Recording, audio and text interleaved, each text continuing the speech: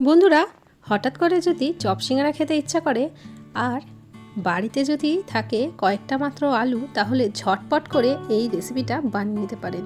সন্ধেবেলায় চায়ের আড্ডাটা কিন্তু একদমই জমে যাবে, এতটা মুচমুচে হয় এই রেসিপিটা। তো এর জন্য আমি এখানে নিয়ে নিয়েছি 5টা আলু, আর এখানে আলুর খোসাটা ভালো করে আমি ছাড়িয়ে নেব। বন্ধুরা, ছোট্ট থেকে বড় সবাই কিন্তু এই রেসিপিটা খেতে ভীষণ পছন্দ করবে।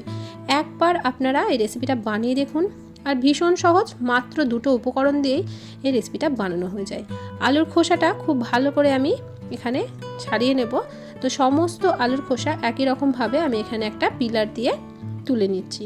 এখানে দেখুন আলুর খোসাগুলো আমার ছাড়ানো হয়ে গেছে। এবার আলুটাকে আমি কেটে নেব। তো এখানে আলুটাকে আমি ডুমো ডুমো করে কেটে নিচ্ছি। বন্ধুরা, আজকের রেসিপিটা যদি আপনাদের ভালো লেগে থাকে, রেসিপিটা একটা লাইক দিয়ে একটা সুন্দর কমেন্ট করে আমাকে জানাবেন। আর রেসিপিটা কে কোথা থেকে দেখছেন সেটা কিন্তু অবশ্যই কমেন্ট করে জানাবেন। আপনাদের একটা কমেন্টেই কিন্তু আমি রান্নার উৎসাহ পাই। এখানে সমস্ত আলুগুলো কাটা হয়ে গেছে। আলুটাকে এবার ভালো করে অফ ক্যামেরায় জল দিয়ে ধুয়ে নেব। এদিকে আমি একটা পাত্রের মধ্যে জল বসিয়ে দিয়েছি, আর খুব সামান্য একটু লবণ দিয়ে দিলাম। এবার কেটে ধুয়ে রাখা আলুগুলো এই জলের মধ্যে আমি দিয়ে দিচ্ছি। গ্যাসের ফ্লেমটা হাইতে রেখে 5-6 মিনিট মতো ভালো করে ফুটিয়ে নেব। এতে করে কিন্তু আলুটা সেদ্ধ হয়ে যাবে। তো সেদ্ধ হতে কম বেশি সময় আপনাদের লাগতেই পারে। তো আমি মোটামুটি 5-7 মিনিট পরে ঢাকাটা খুলে নিয়েছি। তো এখন একটু চেক করে নেব আলুটা সেদ্ধ হয়েছে কিনা। এরকম একটা কাঁটা চামচ দিয়ে চেক করে নিচ্ছি। আলুটা কিন্তু সুন্দরভাবে সেদ্ধ হয়ে গেছে। এবার সঙ্গে সঙ্গে কিন্তু আলুটাকে জল থেকে তুলে নিতে হবে। আলুটা কিন্তু জলের মধ্যে রাখা যাবে না, তাহলে কিন্তু আলুটা একটা জলজলা ভাব হয়ে যাবে, তখন কিন্তু এটা ভালো হবে না বানানো। তো এভাবে আমি জল থেকে তুলে নিচ্ছি। একটা প্লেটের মধ্যে জল ঝরিয়ে আমি আলুটাকে রেখে দিয়েছি। তো এখানে দেখুন আলুটাকে আমি জল ঝরিয়ে রেখে দিয়েছি।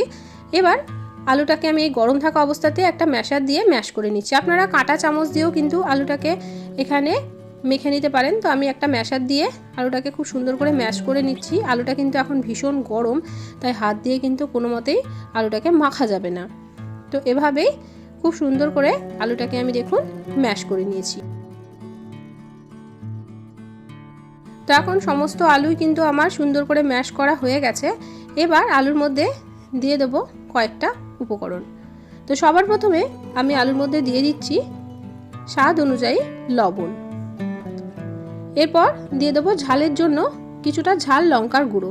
তবে আপনারা ঝালটা প্রয়োজন মতো ব্যবহার করবেন। এখানে কিন্তু লঙ্কা কুচিও দিতে পারেন, তবে আমি লঙ্কা গুঁড়োটাই এখানে দিয়ে দিলাম।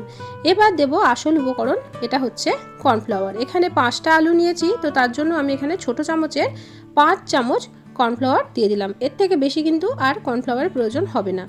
তো এখানে আমি 5 চামচ কর্নফ্লাওয়ারটা দিয়ে দেওয়ার পর ভালো করে আলুটার সাথে সমস্ত উপকরণ একটু মিশিয়ে দিচ্ছি। এর মধ্যে কিন্তু আলাদাভাবে আর কোনো রকম মশলার প্রয়োজন হবে না।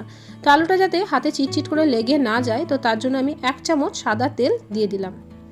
এতে করে আলুটা মাখার সময় কিন্তু আর হাতের মধ্যে কোনো রকমই চিটচিট করে লেগে যাবে না। তো খুব ভালো করে কিন্তু এটাকে একটু চেপে চেপে ঠেসে ঠেসে মেখে নিতে হবে। বন্ধুরা, আজকে যারা প্রথমবার আমার চ্যানেলটিতে এসেছেন, আমার রেসিপি ভালো লাগলে চ্যানেলটি সাবস্ক্রাইব করে পাশে থাকার অনুরোধ রইল। পাশে থাকা বেল আইকনটিকে প্রেস করে অল নোটিফিকেশানটা অন করে রাখবেন, যাতে আমি যখনই নিত্য নতুন কোনো রেসিপি আপলোড করব সবার আগেই আপনাদের কাছে নোটিফিকেশান পৌঁছে যাবে। রেসিপি ভালো লাগলে প্রিয়জনদের সঙ্গে শেয়ার করতে কিন্তু ভুলবেন না। আপনাদের একটা শেয়ার আমাকে কিন্তু অনেক দূর এগিয়ে যেতে সাহায্য করবে। তো এখানে দেখুন কথা বলতে বলতে খুব ভালোভাবে কিন্তু আলুটা আমাদের মাখা হয়ে গেছে। তো এইভাবেই একটু সুন্দর করে মেখে নিতে হবে। হাতটা আমি পরিষ্কার করে ধুয়ে চলে এসেছি। তো এবার এখান থেকে ছোট্ট ছোট্ট করে বলের মতো আমি নিয়ে নিচ্ছি, আর এরকমভাবে দেখুন গোল করে দিচ্ছি। তো এটার জন্য কিন্তু হাতে আর আমি তেল লাগাইনি, আগে যেহেতু এর মধ্যে একটু তেল দিয়ে দিয়েছি, তাই তেল লাগানোর প্রয়োজন হবে না। তো এভাবে ছোট্ট ছোট্ট করে বলের মতো করে আমি একটা প্লেটের মধ্যে রেখে দিচ্ছি। আমি একটু ছোট ছোট করে বানাচ্ছি, আপনারা আপনাদের পছন্দ মতো করে এটা বানিয়ে নিতে পারেন। বাচ্চাদের যে কোনো পার্টিতে কিন্তু এটা স্টার্টার হিসাবেও রাখতে পারেন। বাচ্চারা কিন্তু ভীষণ পছন্দ করবে এটা খেতে। তো আমার বাচ্চারা তো এটা খেতে ভীষণ পছন্দ করে। আর এই বৃষ্টির দিনে সন্ধ্যাবেলায় চায়ের সাথে কিন্তু এই পকোড়াটা দুর্দান্ত লাগবে। তো চলুন একবার এগুলোকে আমরা ভেজে নিই। তো আমি এখানে কড়াইয়ের মধ্যে বেশ কিছুটা সাদা তেল দিয়ে দিয়েছি। এবার তেলটা গরম হয়েছে কিনা একটু চেক করে নিতে হবে। তেলটা কিন্তু একদম ধোঁয়া ওঠা গরম করে তারপরে এটা দেবো। তো সামান্য একটু এখান থেকে একটা ছোট্ট টুকরো আমি দিয়ে দিয়েছি। তো এখন তেলটা কিন্তু খুব ভালো করে গরম হয়ে গেছে। তো বন্ধুরা, তেলটা কিন্তু ভালো করে ধোঁয়া ওঠা গরম করে তারপর দেবেন, না হলে কিন্তু এটা তলায় চিটে লেগে যাবে, তখন কিন্তু এগুলো ভেঙে যাবে। তো একটা একটা করে আমি সমস্ত আলুর বলগুলো এর মধ্যে দিয়ে দিচ্ছি। আর গ্যাসের ফ্লেমটা এখন লো টু মিডিয়ামে রেখেছি। লো টু মিডিয়ামে রেখে সমস্ত আলুর বলগুলোকে আমি একটা একটা করে দিয়ে দিচ্ছি। তো একসঙ্গে সবগুলো দেওয়া যাবে না, তাই আমি দুটো ব্যাচে ভেজে নেবো। প্রথম ব্যাচটা আমি দিয়ে দিয়েছি। এখন কিন্তু এটা নাড়াচাড়া করা যাবে না। তো এটাকে কিছুক্ষণের জন্য 1 মিনিট মতো রেখে দেবো। তারপর এটাকে আমরা উল্টে পাল্টে নেবো। আর ওপরের দিকে দেখুন আমি এরকম করে একটু চামচ দিয়ে একটু তেল দিয়ে দিচ্ছি। গরম তেলটা দিলে এর শেপটা কিন্তু সুন্দর থাকবে, একটুও কিন্তু শেপটা নষ্ট হবে না। তো প্রথমে কিন্তু একদমই এটাকে নাড়াচাড়া করবেন না, তাহলে কিন্তু এগুলো ভেঙে যাবে। এখন কিন্তু ভীষণ নরম আছে। তো মোটামুটি 1 মিনিট পর আমি দেখুন চামচ দিয়ে এটাকে উল্টে দিচ্ছি। তো এই কাজটা করার জন্য একটা চামচ দিয়ে কিন্তু উল্টাবেন, এটা খুন্তি দিয়ে উল্টাতে গেলে কিন্তু ভেঙে যাবে। এখন কিন্তু ভীষণ নরম থাকে। খুব সাবধানে দেখুন আমি এটাকে আস্তে আস্তে উল্টে পাল্টে এপিট ওপিট একটু ভেজে নেব। তো এটা ভাজতে কিন্তু সময় লাগবে না খুব বেশি, 3 থেকে 4 মিনিটের মধ্যে কিন্তু এক একটা ব্যাচ একদমই রেডি হয়ে যাবে।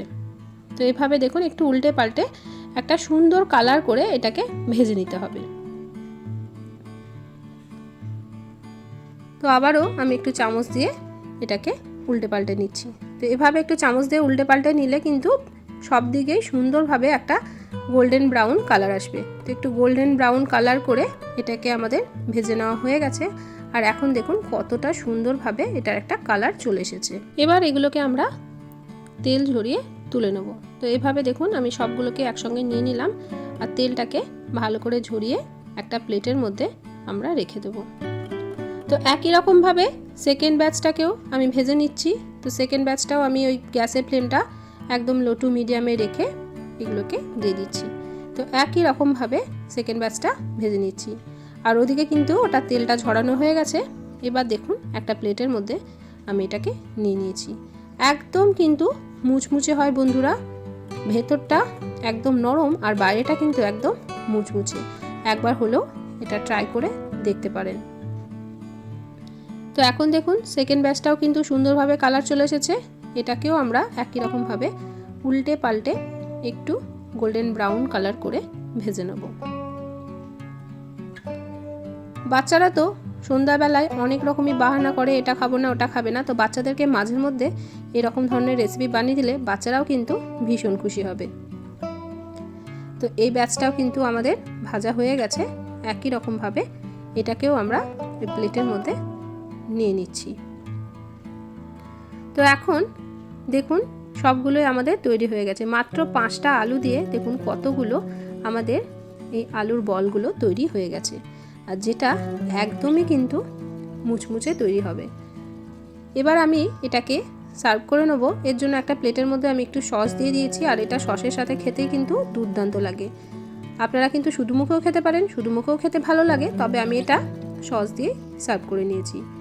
এখন সবগুলোকেই আমি এই প্লেটের মধ্যে দিয়ে দিলাম, আর এবার এটাকে আমি গরম গরম চায়ের সাথে সার্ভ করে নেব। কেমন লাগলো আজকের রেসিপি অবশ্যই কমেন্ট করে জানাবেন। রেসিপি সামান্য হলেও ভালো লেগে থাকলে প্রিয়জনদের সঙ্গে শেয়ার করতে কিন্তু ভুলবেন না। চ্যানেলে নতুন বন্ধু হয়ে থাকলে চ্যানেলটি সাবস্ক্রাইব করে পাশে থাকার অনুরোধ রইল। আজকের মতো আসি, দেখা হবে অন্যদিন অন্য একটা রেসিপির সাথে। সবাই ভালো থাকবেন, সুস্থ থাকবেন, সাবধানে থাকবেন।